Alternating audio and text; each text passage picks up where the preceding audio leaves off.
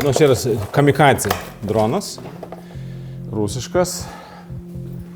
Ir dėdavo Starlinkas maždaug taip.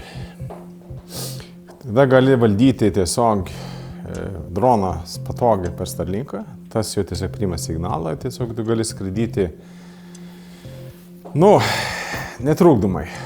Tai, ką matėte ekrane, nėra hipotetinis scenarijus.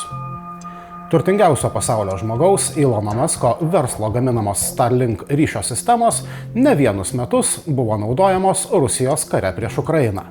Rusijos kariuomenė Starlink sėkmingai naudojo ne tik komunikacijai, bet ir žudymui.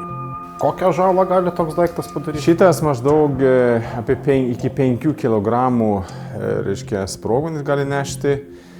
Įsivaizduojam 5 kg, ką galim su to daryti.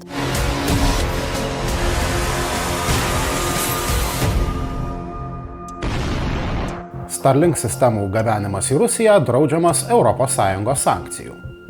Tačiau atsiranda europietiškų verslų, kurie nusprendžia jų nepaisyti ir teptis rankas krauju.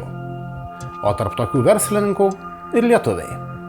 Be Starlink sistemų lietuviai okupantams teikia ir kitokias dvigubos paskirties prekes, neabejotinai naudojamas kare prieš Ukrainą. O bent viena galimo sankcijų apėjimo schemose dalyvaujanti įmonė tuo pačiu metu aptarnavo ir Lietuvos kariuomenę. Valstybės išdavikai. Mūsų valstybės išdavikai. Jūsų dėmesiui sienos tyrimas apie verslą, kuriame pelnas ir mirtis yra sinonimai. Tai ne verslininkas, čia toks,